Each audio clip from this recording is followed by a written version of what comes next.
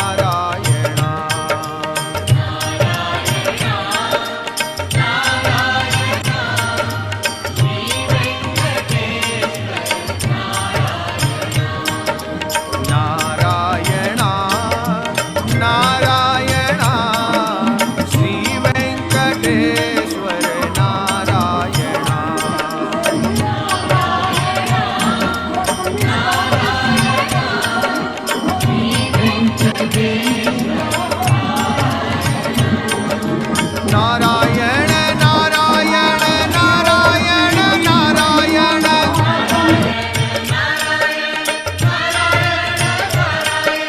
नारायण नारायण नारायण नारायण नारायण नारायण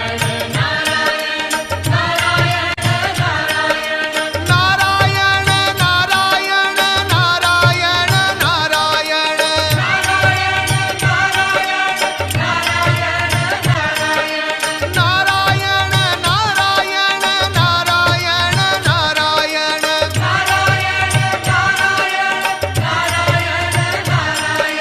नारायण नारायण नारायण श्री वेंकटेश्वर नारायण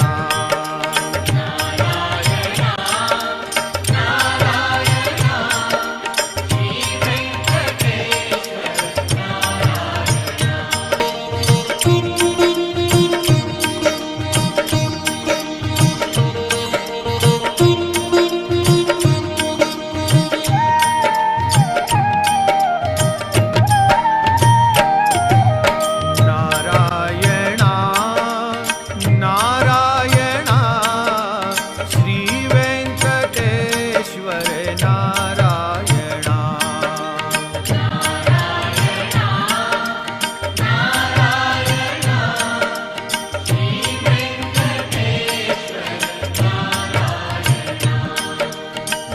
नारायण नारायण श्री वेंकटेश्वर नारायण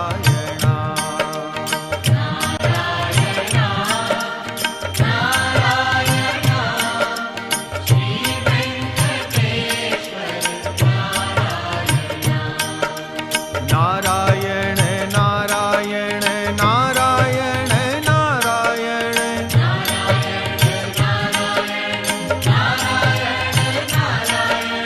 नारायण नारायण नारायण नारायण नारायण नारायण इस स्थान का नाम श्री आदि बद्री नारायण है। यहाँ जो भगवान अंदर विराजमान है, भगवान श्री हरि नारायण विष्णु भगवान आदि स्वरूप आदि बद्री नारायण, कहते हैं कि पूर्व काल में ये एक बार लक्ष्मी से रुष्ट होकर के इस जगह पर आकर के ध्यानावस्था में बैठ गए। उधर लक्ष्मी जी जो है बैकुंठ में जब भगवान नारायण को ढूंढ रही हैं, जब ये नहीं मिलते हैं तो मन में नारद जी को स्मरण करती हैं। नारद जी आते हैं तो नारद जी को देख करके लक्ष्मी जी प्रश्न करती हैं, कहती हैं निर्गते नारदा शुक्वा भगवान भद्र नारायण, हे नारद आपने कहीं परमात्मा को देखा?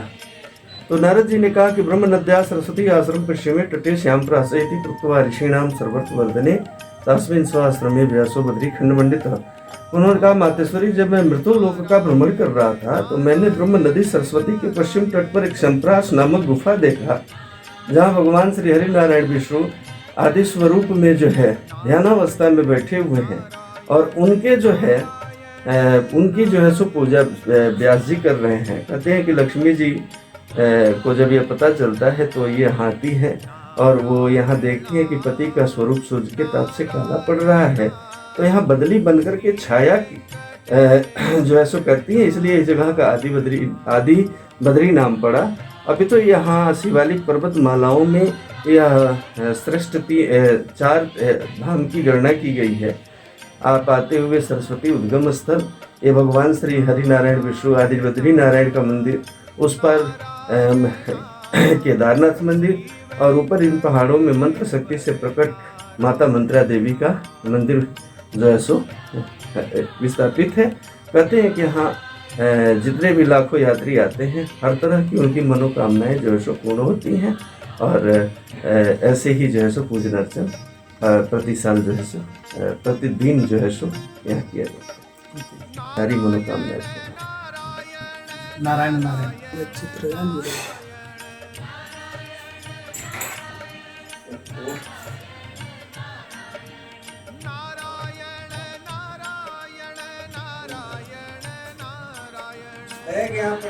हाँ जी।